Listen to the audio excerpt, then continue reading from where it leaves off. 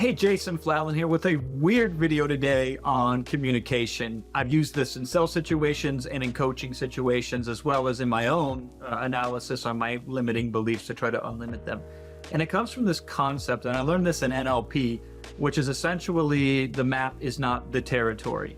So how we view the world is not the world, and the map is incomplete. It is an approximation of the territory, but it has certain flaws to it. I don't know if flaws is the right word, but it is not precise in its amount of detail. And so in our communication and our understanding of the reality, we have to take some shortcuts. And the three ways in which we handle all of this input, all the sensory input, all this data, all this information around us, is we either delete what we feel is unnecessary, we distort things into our own schemas, or we generalize. Yeah, so that way we don't have to constantly run a cognitive process on each and every thing that's happening to us at all different times. And if you understand this and you know this, then there are certain communication tools you can use to get around the limitations of deleting, distorting, and generalization. So let's dive into this. Let's talk about deletion first. If we could not delete all of the information coming to us, if we couldn't delete a majority of it, we would be overwhelmed. Some of us already are overwhelmed. The problem with having ADHD, and I have a lot of it, I'm really good at ADHD apparently, I get an A+ at it, is it's harder for those of us with ADHD to regulate all of the information around us. I was in Toronto one time, I was talking with my friend Alex Sharfin, he was speaking at another friend of ours, Robin Sharma's, the monk who sold his Ferrari, 5 a.m. club, cool dude. I was an honored guest there, and Alex was a speaker, and Alex and I were sitting in the hotel lobby just chopping it up, having a good time, talking to each other, and I couldn't think anymore. So I said to Alex, I said, hold on a second. And I stood up and I walked over, and that little revolving door thing that people can walk into, this is at a Four Seasons, it's a pretty high-end hotel, but nonetheless, that stupid thing kept spinning over and over again. So I said, hold on a second, dude. I got up, I walked over there and I stopped it. And then I sat back down and said, proceed. Because the distraction was too much for me. If you are quiet enough and you sit in any environment, any modern environment, you will hear a hum if you focus on it. The electricity, or even just the lights that are in a lot of these rooms, the light bulbs, emit a low hum that most of you, luckily, can filter out, and it's beyond your conscious awareness, at least. And then there are those of us who are hyper aware, and we hear all that crap. It's insanity if you let it get the best of you. This is why I meditate and do all sorts of other stuff. So it's healthy to delete information that is overwhelming or what we consider trivial or unnecessary.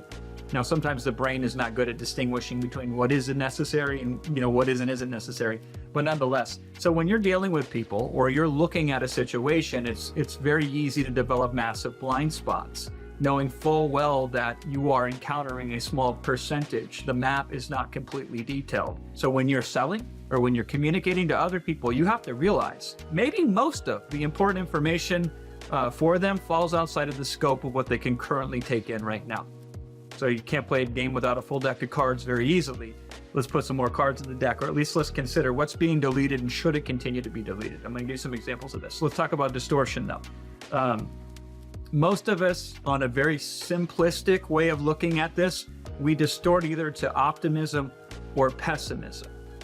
And one isn't necessarily better than the others. We generally try to distort things to look better than they are, or worse than they are.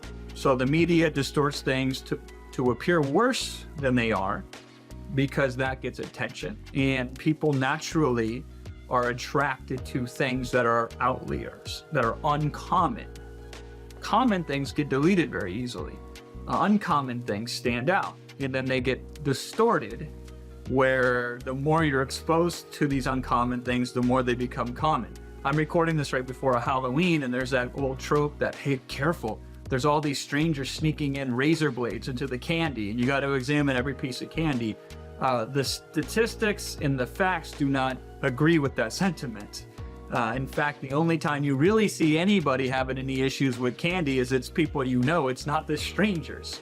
It's some other issue there, but there's this massive distortion on the the fear of somebody's trying to harm your kids by putting razor blades in candy. The reality is the real fear is probably the sugar and the rise in diabetes and obesity from these types of events. That's the real killer here. But that stuff gets deleted because we eat sugar every day. So it doesn't seem like that big of a deal, in that 78% of foods in supermarkets have added sugar on top of the sugar that already exists in them. And so that seems normal to us. So we delete the certain threats and then we distort other threats. And then there's generalizations here. People do judge books by their cover. And it's funny because we read books left to right. Even that's a generalization in Western society. But there are other societies that read books right to left. We generally have a timeline of left to right. But the fact that we have a base 10 system for most everything, meaning, 10, 100, 1,000, so forth, 1, 2, 3, 4, 5, 6, 7, 8, 9, 10, and then we reuse those numbers again, right? It's a base 10 system, 0 through 9 technically, right?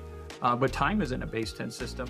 Time is a base 12 system, which is interesting because we just assume things are neatly ordered in groups of 10, when really those are conscious decisions that people have made, and then we generalize them and we learn to think and those generalizations. That's why we have to judge books by their cover. That's why we have to delete information that isn't there. That's why we have to distort primarily to the position of safety when it comes to processing all of this stuff.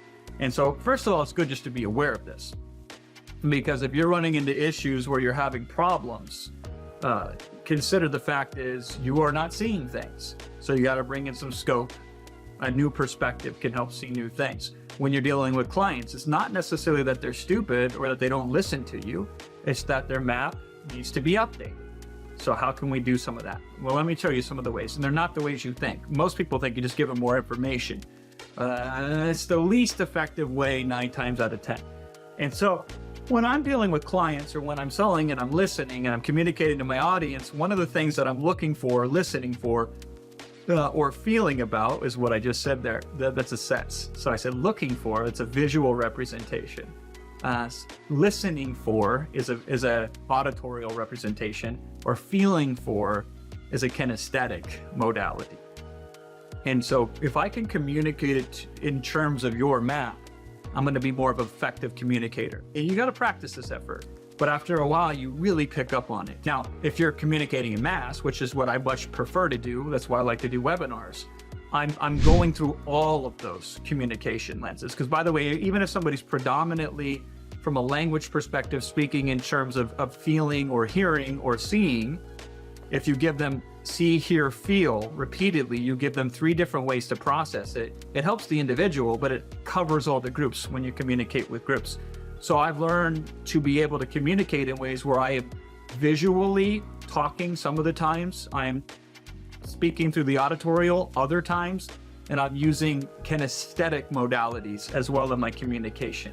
And you create a more complete picture, which helps the individual and it helps you land in front of the group.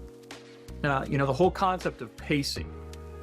If I really want to have impact and communication to you, I pace and then I lead. I pace and then I lead. I pace and then I lead. So I pace, and then I lead, versus just trying to lead. So what does pacing mean? Pacing means that you take what's already known to be true in that environment and you acknowledge that first and you build upon that. Now, I learned this by studying hypnotists.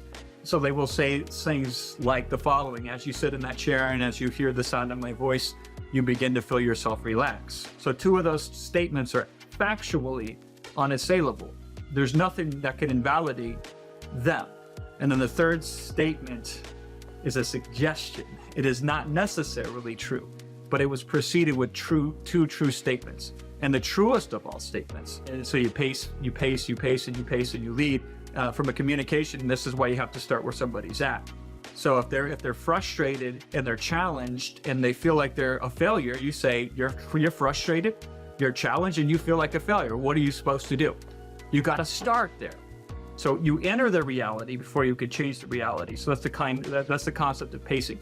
And then you can link that, right? Listen to my voice and sit there and find yourself relaxing. And that's when you say you may find yourself relaxing if you really want to take it to the next level, because you don't make a declarative statement where you say you will find yourself relaxing. You say, as you listen to the sound of my voice, you may begin to find yourself relaxing. So if they don't, they don't. You don't invalidate the communication, but you can continue to get deeper in that communication without running into these issues of distortion, without them hearing what you're saying and then generalizing it, or not even hearing what you're saying.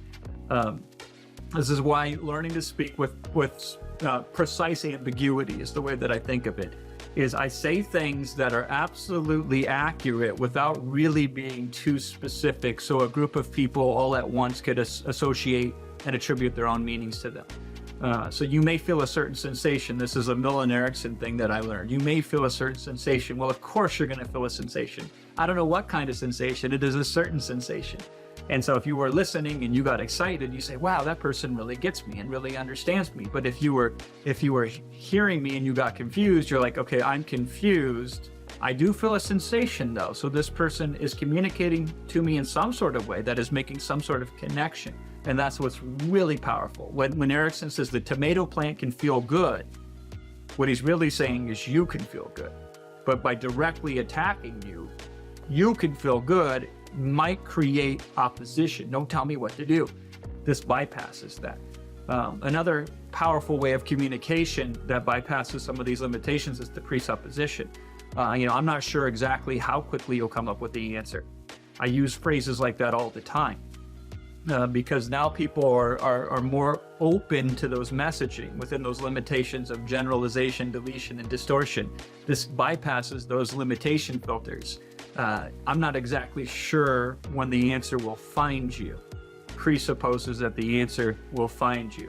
I say this to audiences all the time when I speak. I say half of you are going to get this right away. The other half of you are going to get it a little bit later. And then, for fun, I'll say, you know which one you are. And they're like, okay, well, haha. But the conclusion is you're going to get it. And then the idea is hopefully y'all get it sooner than the other group will get it. Which group am I? Now I have to select which group I am. And a lot of this communication is indirect. Really, you got to be over and covert. So I try to create communication frames with my clients and in my marketing where I tell them what to do, but then I also tell them what to do. You're like, what does that mean, Jason? It means, well, I directly might tell you what to do. I know some people are going to be resistant to that or consciously get caught up in that intellectually. So I also tell you what to do a second way. And that is the indirect way. I might say to you, here's the ways that you can get relaxed. That's a direct. But I also might say indirectly, I wonder if you can find a way to relax. That's an indirect suggestion where there's that embedded command that find a way to relax. That's still in there. So I'm going to use direct and I'm going to use indirect. Okay. And then you can mark it. You can say things like, I wonder if you'll feel good now. Notice how I slightly changed the delivery of the communication. That's really powerful. No, I'm not talking about the cheesy stuff where you say, buy now, you're beginning to wonder, and you're subtly embedding the buy now command into somebody. It doesn't work that way. However, there are certain things that you should consider marking that if this person accepts these characteristics or these beliefs, this is how this will empower them. And if you tell them what to do, you're going to get resistance. But if you embed some of these indirect suggestions they're a lot more comfortable for people to pick up on, and oftentimes it's their idea, it's not even yours anyway, so you allow them to create it being their idea, and then you just affirm it. I love this other concept too, what I call the dual path of communication, and this is where you set it up to where you offer something, and if somebody bites on it, they pick it up, it's going to be good for them. But if they are nonplussed by it, it doesn't invalidate your communication. And so to go back to Erickson, when he had the patient, this was a patient that was just in miserable pain.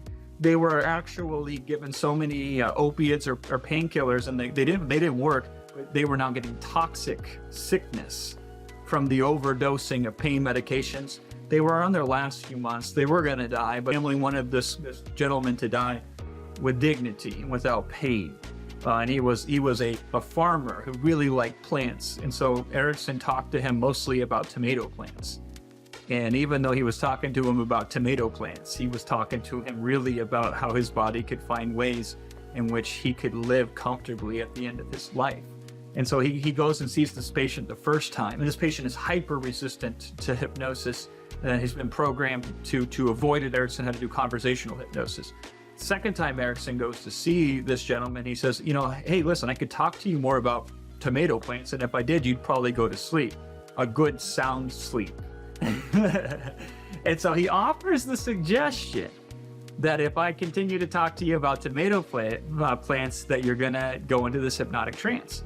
Now, if the guy immediately does, or if it appears he's receptive to it, then Erickson's gonna continue down that path. But if the patient rejects it, notice how Erickson said, I could talk to you about this. And if I did, you may find yourself doing X. And then he observes. If the patient complies, he proceeds. If the patient doesn't comply, it's such a innocent type of communication that Erickson can switch it to a different tact and not lose any rapport, not diminish the deep connection that he's setting up to really help the person out.